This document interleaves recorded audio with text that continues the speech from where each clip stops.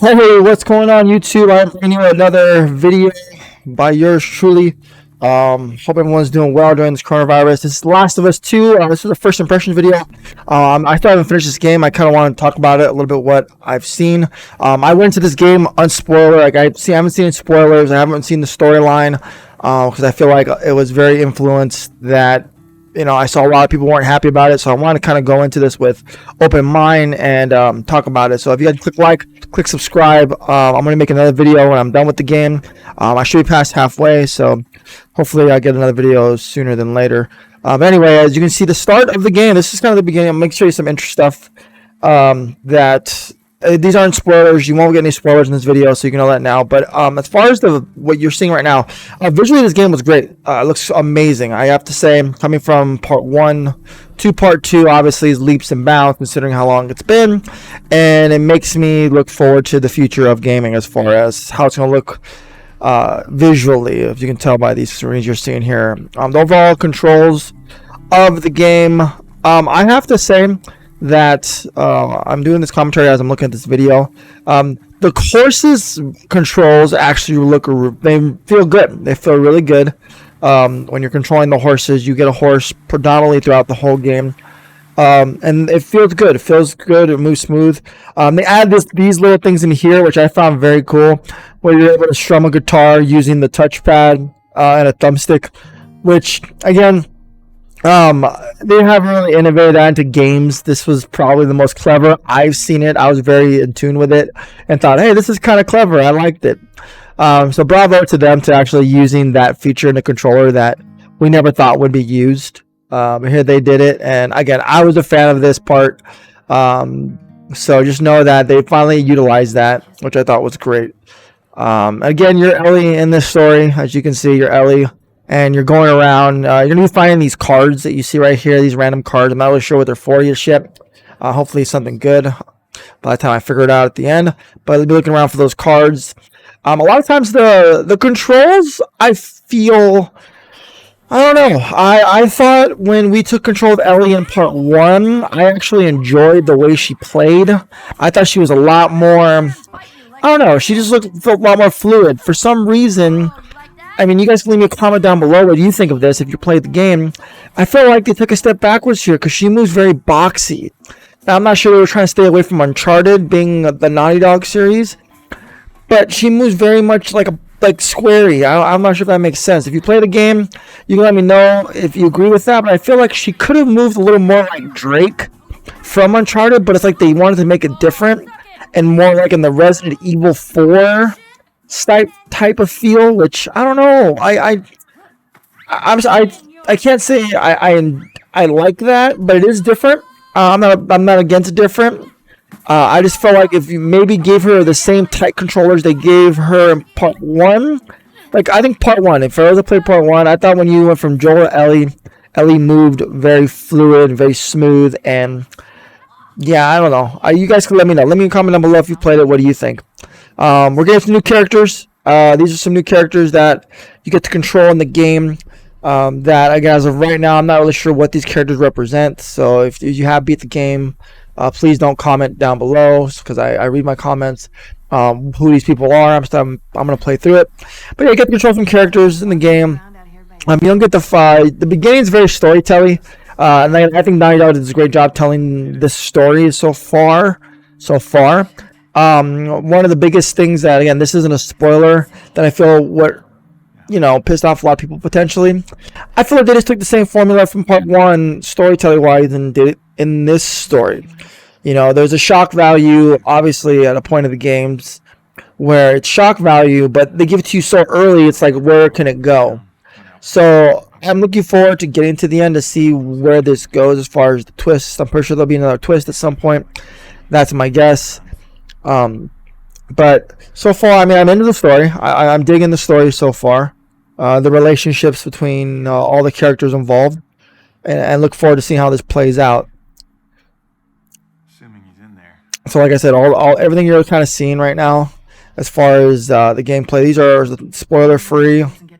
This is just some of the graphics. I think they look amazing. The snow, there's a lot of snow in the very beginning, where I think they did a great job with the snow, and then the scare value.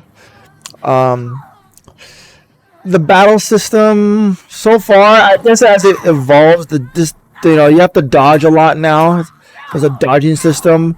So far, it's really easy to predict the dodge. It obviously tells you when to dodge, which helps out a ton.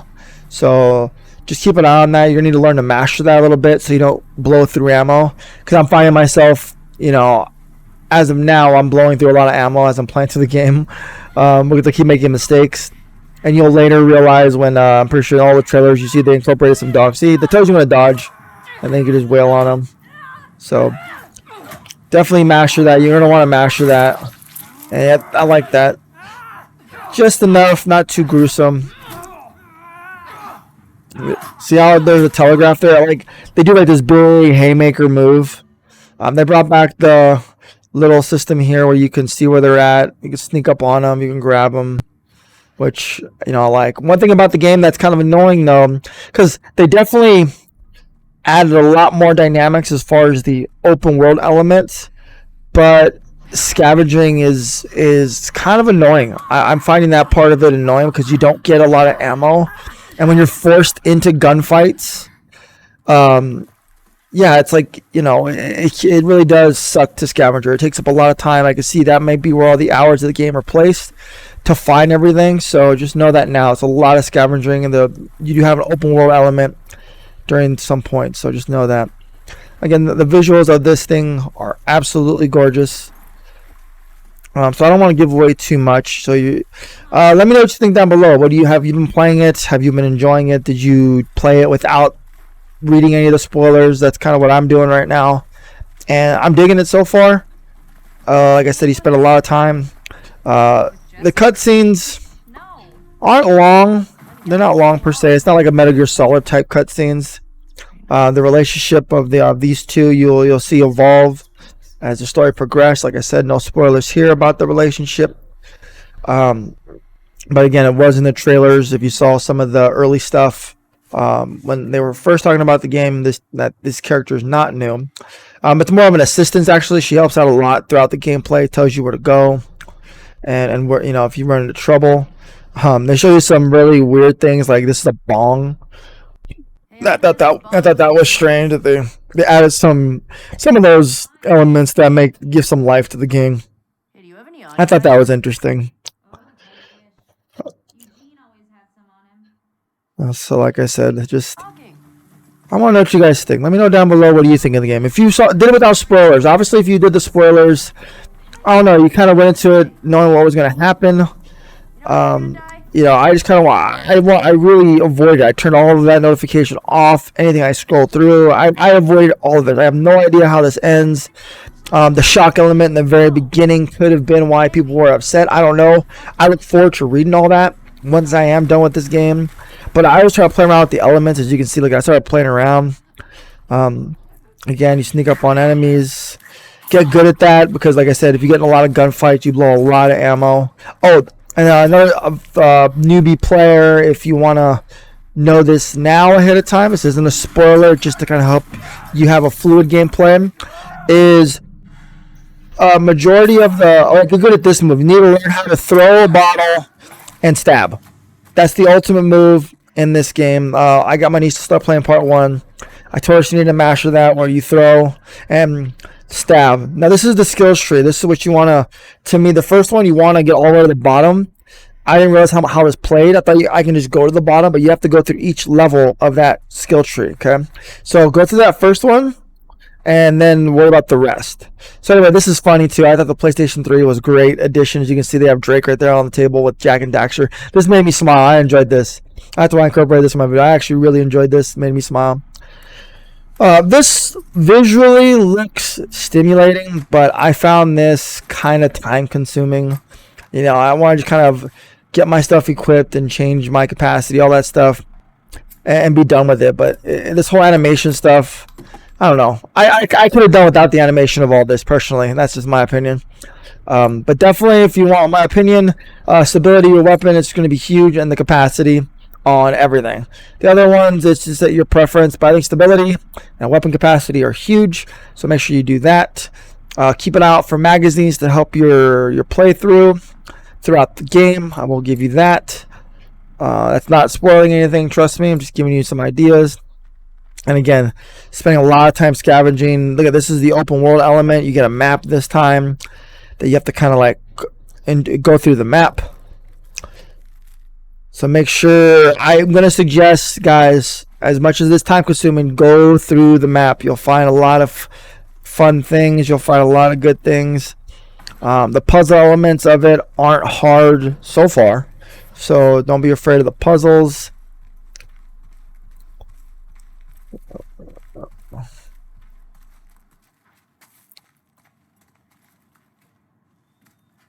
So yeah, there's only 3 more minutes of gameplay I have streamlined in this video. So yeah, I'm gonna let you guys, if you want to watch the rest of the video, you're more than welcome to. So you can click like, click subscribe, and if you have any questions about the game, there's definitely not much of a learning curve here. Like I said, if you've played any of the Uncharted games or even Resident Evil 4, it really looks. Do you see how boxy that moves?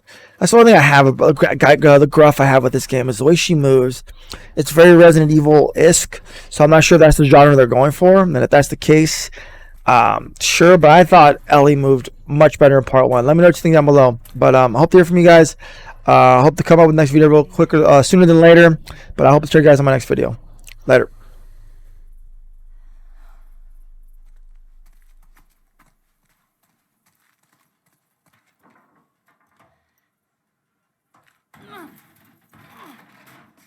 Of course that doesn't work.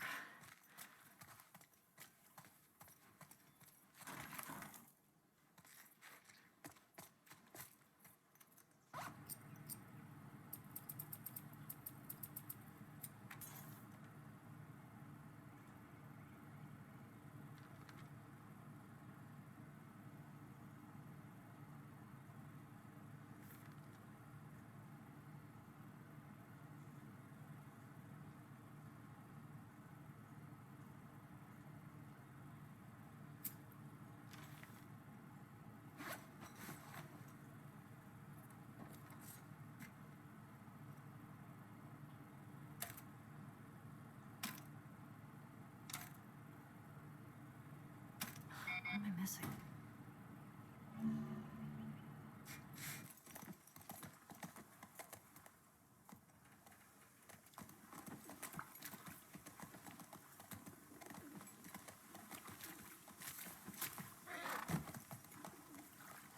Oh shit, look. Saravina Hotel. That's gotta be it.